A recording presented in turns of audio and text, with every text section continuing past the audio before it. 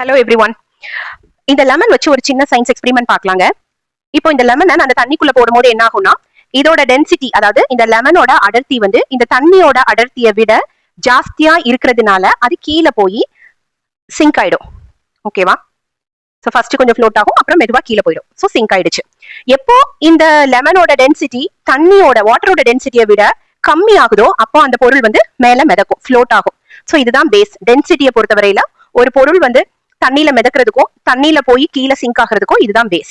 இப்போ ஒரு ப்ரெஷரை இதுக்குள்ள கிரியேட் பண்ண போறோம். எனக்கு இப்போ இந்த லெமனை மேல கொண்டு வரணும்.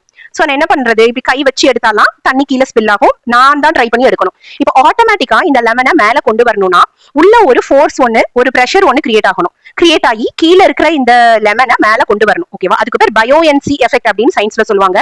சோ மேல் தள்ளும் விசை. சோ நான் என்ன பண்றேன்னா ஒரு சர்க்குலர் மோஷன் ஒன்னு கிரியேட் பண்றேன். ஸோ சர்க்குலர் மோஷன் அப்படின்னு பண்ணும்போது அதை ஓர்டெக்ஸ் சுழல்னு சொல்லுவோம். VORTEX ஓர்டெக்ஸ் ஒன்னு. ஸோ பாத்தீங்கன்னா தெரியும் உங்களுக்கு அந்த லெமன் மேல வந்தது தெரியும். ஸோ இந்த சர்க்குலர் மோஷன் பண்ணும்போது இந்த ஆப்ஜெக்ட் வந்து மேல வந்துருச்சு.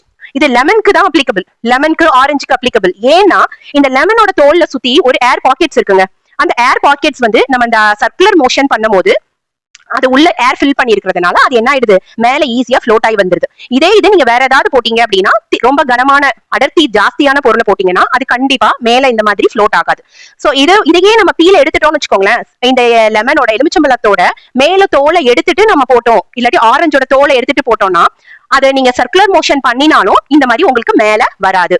சோ அந்த தோலோட அந்த ஏர் பாக்கெட்ஸ் தான் இப்போ இந்த லெமனை மேல கொண்டு வருது. ஓகேவா? சோ இதுல என்னென்ன சயின்ஸ் கத்துக்கலாம் அப்படின்னா, டென்சிட்டி, ஒரு பொருளோட அடர்த்தி, அண்ட் ஒரு பிரஷர், ஒரு கிரியேட் பண்ண ஒரு பிரஷர் சர்க்குலர் மோஷன் மூலமா இந்த மாதிரி சுத்துற அந்த சர்க்குலர் மோஷன் மூலமா ஒரு பிரஷர் கிரியேட் ஆகுது.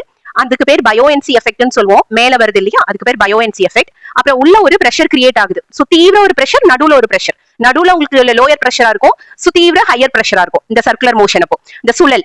சோ இது எல்லாமே நம்ம கத்துக்கலாம். ரொம்ப சிம்பிள், பட் இதுதான் சயின்ஸோட பேஸே இதுதான். சோ இதுல வேற ஏதாவது நீங்க ஹெவியர் ஆப்ஜெக்ட்ஸ் போட்டீங்கன்னா நீங்க எவ்வளவு சர்க்குலர் மோஷன் பண்ணினாலும் அந்த பொருள் மேல வராது. சோ இது வந்து applicable for lemon and orange. கண்டிப்பா வீட்டுல செஞ்சு பாருங்க. குழந்தைங்களுக்கு இந்த மாதிரி எக்ஸ்பெரிமெண்ட்ஸ் மூலமா சயின்ஸை ரொம்ப எளிமையா அவங்களுக்கு கொண்டு போய் சேருங்க. தேங்க்யூ.